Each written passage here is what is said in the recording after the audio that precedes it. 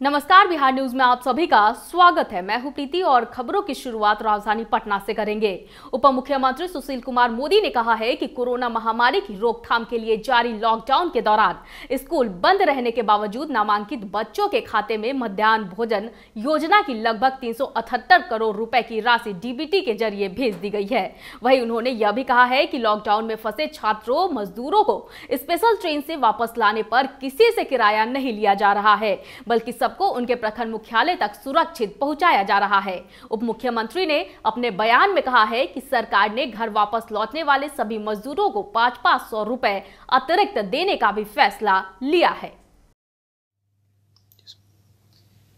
मित्रों, रेल किराए को लेकर विपक्ष के द्वारा अनावश्यक विवाद पैदा किया जा रहा है। जिन लोगों ने अपने 15 साल के राज में गरीबों के लिए कुछ नहीं किया, वो कभी ऐलान करते कि हम इतनी बसें दे देंगे, कभी कहते इतनी रेल दे देंगे। तो मित्रों, मैं आपसे बताना चाहूँगा कि जो बच्चे कोटा से लौट कर आए हैं, किसी बच्चे से कोई रेल का किराया नहीं लिया गया है। और जो हमारे श्रमिक भाई आए हैं, उनसे भी बिहार सरकार ने कोई रेल किराया नहीं वसूला है। और यदि किसी राज्य में किसी सरकार ने उनसे रेल का किराया लिया होगा तो उस पैसे को हम रिम्बर्स करने का काम करेंगे। और 21 दिन के क्वारंटाइन के बाद उनको अतिरिक्त 500 रुपया राज्य सरकार देने का काम करेगी और न्यूनतम 1000 रुपया उनको अवश्य दिया जाएगा।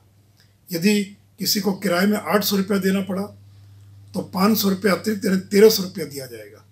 और अगर केवल किराया 300 रुपया था तो भी उसको 1000 रुपया प्रति श्रमिक जो है और उसका भुगतान किया जाएगा। आपको मालूम है कि राज्य सरकार के द्वारा मध्याह्न भोजन योजना यानी मिड डे मील स्कीम के तहत कक्षा 1 से लेकर 8 तक के बच्चों को और मुफ्त में भोजन उपलब्ध कराया जाता है।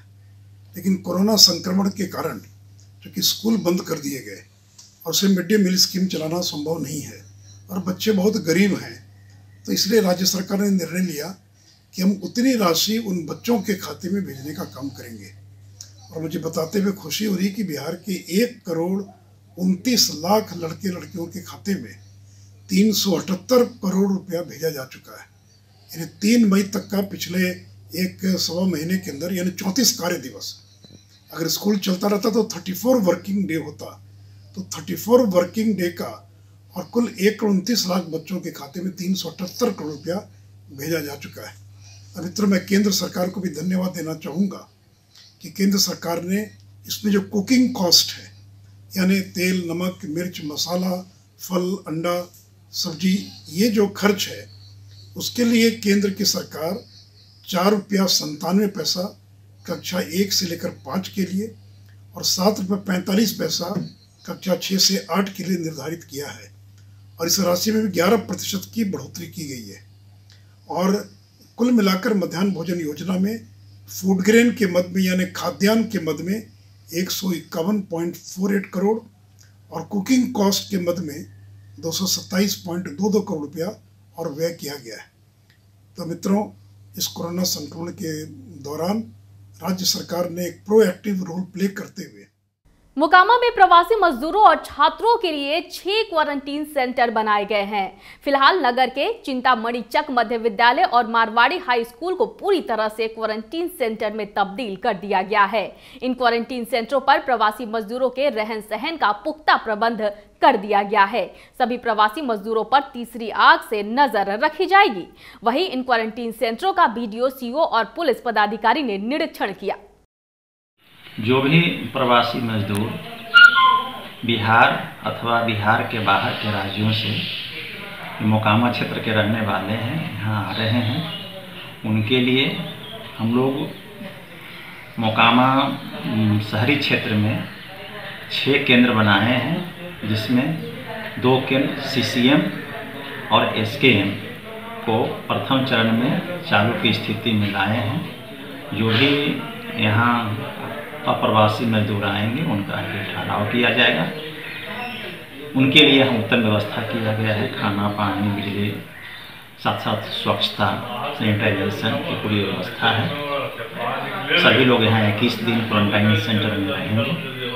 उसके बाद स्वस्थ होने के उपरांत अपने घर लेकर जाएंगे। जब 2 केंद्र सीसीएम और एसकेएम की संख्या पूरा हो जाता है तब फिर शहर के अन्य जो क्वारंटाइन सेंटर हैं उसको भी खोल करके यदि अधिक प्रवासी मजदूर आते हैं तो उनको ठहराने की व्यवस्था की जाएगी। मधुबनी जिले के बाबू बरही के वार्ड नंबर 1 स्थित मछली पोखर में डूबने से 3 बच्चियों की दर्दनाक मौत हो गई। ये तीनों बच्चियां एक ही परिवार की बताई जा रही हैं। ग्रामीणों ने बताया कि तालाब में ज्यादा पानी नहीं था, लेकिन पूर्व में जेसीबी से पोखर में खुदाई हुई थी। उस जगह ज्यादा गड्ढा होने के कारण पानी अधिक जमा होने की वजह से बच्चियां नहाने के दौरान उसमें डूब गई। लगभग 10 बजे हर रोज जैसे महिलाओं रविवारी करती रहती थी, उसी तौर पे गई घर के बगल में पोखरा में स्नान करने, साथ में बच्ची भी गई थी। तो पोखरा में कुछ दूर जाने के बाद एक गड्ढा था, उसमें वो बच्ची को अंदाजा नहीं मिलने के कारण से 5 बच्चे वहां तक पहुंच चुके, जिसमें 2 लड़के बच चुके, 3 बच्चियां वहां गड्ढे में डूबने से उनकी मृत्यु हो चुकी। उनको तुरंत लाया गया बावही PSC सदर हॉस्पिटल में। वहां उपचार के लिए डॉक्टर तैनात थे, लेकिन कुछ देर के बाद पता चला कि ये देहांत हो चुकी है। उधर लोहानीपुर के रामायण निवास में लोगों को अनाज मुहैया कराया गया। आपको बता दें कि कदमकुआ पुलिस ने सोशल डिस्टेंसिंग का पालन करते हुए लोगों से मास्क पहनने की अपील की है। वहीं इसके साथ ही बच्चों और बुजुर्गों से भी घर से बाहर न निकलने की अपील की। पुलिस की वर्दी पहनकर लूटपाट करने वाले 4 अपराधियों को शिवहर पुलिस ने गिरफ्तार किया है। बताया जा रहा है कि श्यामपुर भटहा थाना क्षेत्र के पहाड़पुर पुल के पास होमगार्ड की वर्दी पहनकर 4 अपराधी लूटपाट कर रहे थे। इसी दौरान अपराधियों के द्वारा श्यामपुर भटहा थाना अध्यक्ष को भी लूटने का प्रयास किया गया, जिस दौरान चारों पकड़े गए। गिरफ्तार अपराधियों के पास से लूट के 4 मोबाइल, 2 बाइक, नकली पिस्तौल सहित पैसे भी बरामद किए गए हैं। एक पिकअप चालक जो हाजीपुर से शिवहर आया था और वो चोकर उतार कर शिवहर से वापस जा रहा था, तो श्यामपुर भटहा थाना अध्यक्ष जो भटहा चेक पोस्ट पर मौजूद थे, उनको पिकअप चालक और उसके खलासी के द्वारा बताया गया कि रास्ते में पहाड़पुर पुल के पास 4 लोग उसकी गाड़ी को रोककर और उसके पास से जो पैसा था उसका वो छीन लिए हैं और उसके साथ मारपीट किए हैं। उसमें एक व्यक्ति पुलिस की वर्दी में था। तो घटना की गंभीरता को देखते हुए इन्होंने मुझे सूचित किया और स्वयं घटना स्थल की ओर प्रस्थान किए। इसी बीच इन्हें ऐसा लगा कि अगर मैं अपनी गाड़ी के लाइट को बंद कर दूं, जो हम लोगों का मल्टी कलर व्हीकल लाइट होता है, ताकि अपराधी को यह कंफ्यूजन रहे कि शायद ये भी एक सवारी गाड़ी हो, तो इन्होंने ऐसा ही किया और इसी क्रम में वो 4 लोग इनकी गाड़ी को भी रोकने का प्रयास किए। एक के हाथ में पिस्टल दिख रहा था और जैसे ही ये लोग गाड़ी के पास पहुंचे तो जब उन्हें यह एहसास हो गया कि ये पुलिसकर्मी हैं तो भागने लगे। फिर हम थाना अध्यक्ष श्यामपुर भटहा और इनकी टीम के द्वारा चारों को खदेड़ कर पकड़ लिया गया। इसमें एक गृहरक्षक का जवान है और बाकी 3 लोग उसी के गांव के हैं। गृहरक्षक जवान की ड्यूटी शिवहर थाने में फतेहपुर चेक पोस्ट पर थी, जो वहां से कल रात में एब्सेंट था। इन चारों को गिरफ्तार किया गया। इनके पास से लूटा गया रकम बरामद हुआ है। पुलिस का ड्रेस, जो होमगार्ड का ड्रेस ये पहने हुए थे, उसे भी सीज किया गया है और इनके विरुद्ध FIR करके इनको जेल भेजा जा रहा है। खूनी खेल के लिए बाढ़ अनुमंडल रेड जोन साबित हो रहा है। लॉकडाउन की स्थिति में जहां पूरा प्रशासन नियम का पालन कराने के लिए पूरी ताकत झोंके हुए है, वहीं दूसरी तरफ आपसी रंजिश के चलते लगातार हत्या का खेल जारी है। पहली घटना बाढ़ थाना क्षेत्र के डली समनचक गांव की है, जहां पुरानी रंजिश में बेखौफ अपराधियों ने शौच करने जा रहे एक युवक को ताबड़तोड़ गोलियों से छलनी कर मौत के घाट उतार दिया और साथ रहे दोस्त को अपने साथ लेकर चले गए। वहीं दूसरी घटना भदौर थाना क्षेत्र के चननिया गांव की है, जहां पहले 2 गुटों में जमकर मारपीट हुई, फिर एक पक्ष के लोगों ने ताबड़तोड़ गोलियां चलाकर पिता और पुत्र दोनों को जख्मी कर दिया। इस घटना में जहां अस्पताल ले जाने के क्रम में पुत्र की मौत हो गई, वहीं पिता घायल बताया जा रहा है। क्या हुआ था इनके साथ? गोली मार दिया सर। कैसे, क्या विवाद क्या था? विवाद हुआ था सर, क्या हल्का सा झगड़ा हुआ था। उसी में मार दिया? हाँ, उसी में मार दिया। कौन मारा? कोई अपना? जनार्दन महतो मारे। मतलब अपना कोई गोतिया थे? मेरा वो सारा लगते हैं सर, परिवार है। वो गाँव का है सर, पहले से थोड़ा सा झगड़ा था, उसी की वजह से ट्रैक्टर को मार दिया। तो घर मौके पर ही डेथ हो गई? घरे पर नहीं सर, शरीर के जिसको गोली मारा, जो मारा कौन लड़का था? अब वो नहीं है, वो उसका नाम है जो उसका उसी का दोस्त साथी है, दोनों मिलके आया था, वही अपना किया है। क्या था? कुछ विवाद कुछ नहीं, सीधा साधा सैंपल पढ़ा लिखा था। ये आया 4 दिन पहले आया बहन कन से, यहाँ पर एक मरते और मर्डर हुआ है ना, तो इसमें डर से अपना बहन कन गेल था, फिर वहाँ से आया है तो ये सब बन गया। आज लेकिन तो इसका घर द्वार में नहीं आता, कुल इधरे करने के लिए आदमी लगल था पहले, बोला 3-4 के संख्या में उसी का चप्पल ऊपर ये फेंकल है, इसमें फोटो लिया जाए, देखा जाए कुकुर आगे। मुजफ्फरपुर शहर के बीबीगंज स्थित अपने आवास पर बिहार सरकार के पूर्व मंत्री सह कांटी के पूर्व विधायक इंजीनियर अजीत कुमार ने पत्रकारों से वार्तालाप करते हुए कहा है कि राज्य के बाहर से घर लौट रहे मजदूरों का रोजी रोटी चले, इसके लिए सरकार को मुकम्मल व्यवस्था करना होगा। सरकार इसके लिए शीघ्र विशेष कार्य योजना बनाकर रोजगार देने की तैयारी करे, क्योंकि आने वाले दिन न केवल मजदूरों के लिए बल्कि सरकार के लिए भी चुनौतीपूर्ण होंगे। बढ़ते लॉकडाउन के कारण गांव में रह रहे गरीबों का हालत दिनों दिन खराब होते जा रहा है। उनके सामने भोजन एक बड़ा समस्या आ खड़ा है। खासकर उनके बाल बच्चे काफी बिलबिला रहे हैं। अब जो भी हमारे सामाजिक कार्यकर्ता और जो भी दान करने वाले लोग थे, लंबे लॉकडाउन के कारण उनमें धीरे धीरे कमी आ रहा है। लोग काफी परेशान हैं। फिर भी हम लोगों ने एक अपने संकल्प के तहत लगातार आज 26वें दिन भी गरीबों के बीच खाद्य सामग्री बांटने का काम किया है। इस मौके पर हम राज्य के आदरणीय मुख्यमंत्री नीतीश कुमार जी से और प्रधानमंत्री नरेंद्र मोदी जी से एक विनम्र अपील करना चाहते हैं। मुख्यमंत्री जी, आपने बढ़िया काम किया है। जो लोग बाहर फंसे थे उनको घर वापस ला रहे हैं, लेकिन घर वापस आने के बाद उस मजदूर को काम मिले, इसके लिए भी आपको मुकम्मल व्यवस्था करना पड़ेगा। नहीं तो स्थिति अभी से भी ज्यादा बदतर हो जाएगा।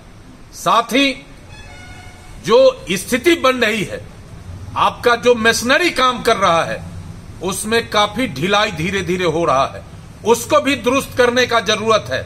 और कुल मिलाकर हम और हमारे साथी अपने संकल्प के तहत इस विपदा के घड़ी में लोगों को जो मदद करने का हमारा क्रम है, ये लगातार आगे भी जारी रहेगा। लेकिन ये जो विश्वव्यापी ये महामारी है कोरोना, इससे लड़ने के लिए हम आम लोगों से भी आग्रह करेंगे कि सरकार और शासन के द्वारा जो भी प्रिकॉशन आपको दिया जा रहा है उसको गंभीरता से पालन करिए और प्रशासन को सहयोग करिए, यही हम कहना चाहते हैं। बात करें छपरा की तो एडीएम भारत भूषण प्रसाद और जिला कल्याण पदाधिकारी सह वरीय पदाधिकारी राजीव रंजन प्रसाद सिंह ने प्रखंड के उच्च विद्यालय परसा, उच्च विद्यालय बहलोलपुर और सोबेपुर में बनाए गए क्वारंटीन सेंटर का निरीक्षण किया। उन्होंने बिजली, पंखा और पेयजल के साथ ही ऑब्जर्वेशन में रहने वाले लोगों के खाने पीने की व्यवस्था का निर्देश बीडीओ रजत किशोर सिंह और सीओ राम भजन राम को दिया।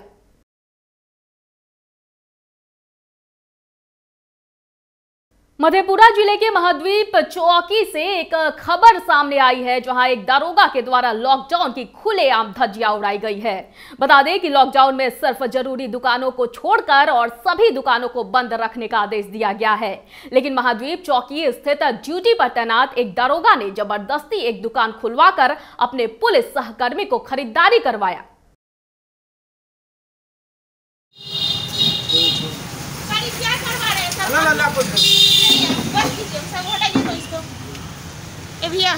जी।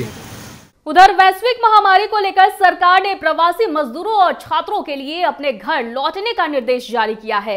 इसी को लेकर सहरसा जिलाधिकारी कौशल कुमार और पुलिस कप्तान राकेश कुमार ने सहरसा जंक्शन का दौरा किया। इसके साथ ही जिलाधिकारी कौशल कुमार ने मीडिया से मुखातिब होते हुए कहा कि दूसरे जिले के प्रवासी मजदूरों को उन्हीं के जिले में क्वारंटीन के लिए भेजा जाएगा। बाकी सहरसा के रहने वाले प्रवासी मजदूरों को सहरसा के क्वारंटीन सेंटर में रखा जाएगा।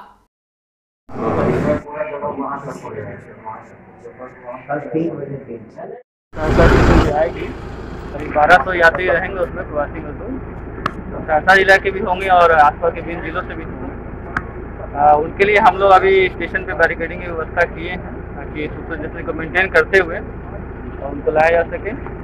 स्टेशन पे उनकी थर्मल स्क्रीनिंग की व्यवस्था की गई है, जिसके लिए 8 काउंटर्स लगाए गए हैं और स्क्रीनिंग के पश्चात हम लोग 40 बसों से प्रत्येक बस में 25 लोग रहेंगे।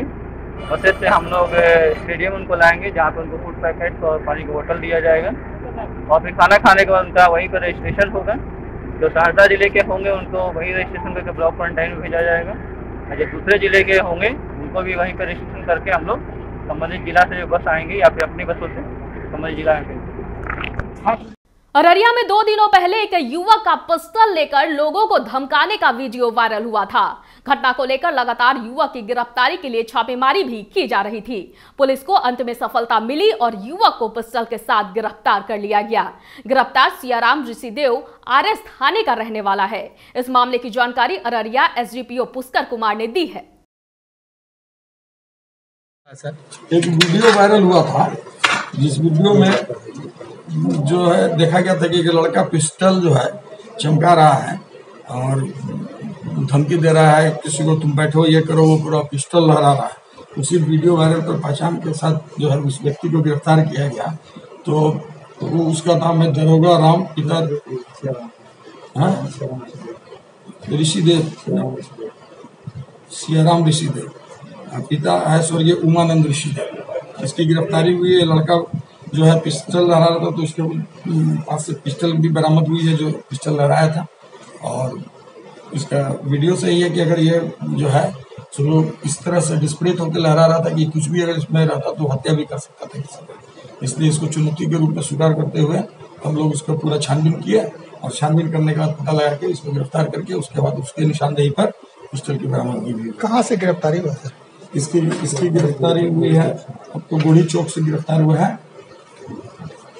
क्या नाम बताए थे? इसका नाम है सियाराम ऋषिदेव, पिता स्वर्गीय उमानंद ऋषिदेव। घर बुढ़िया कब है? नहीं, मुरवल्ला है, वार्ड नंबर 1, थाना आरएस। इस वक्त की खबरों में फिलहाल इतना ही। मुझे दीजिए इजाजत, लेकिन देखते रहिए बिहार न्यूज। नमस्कार।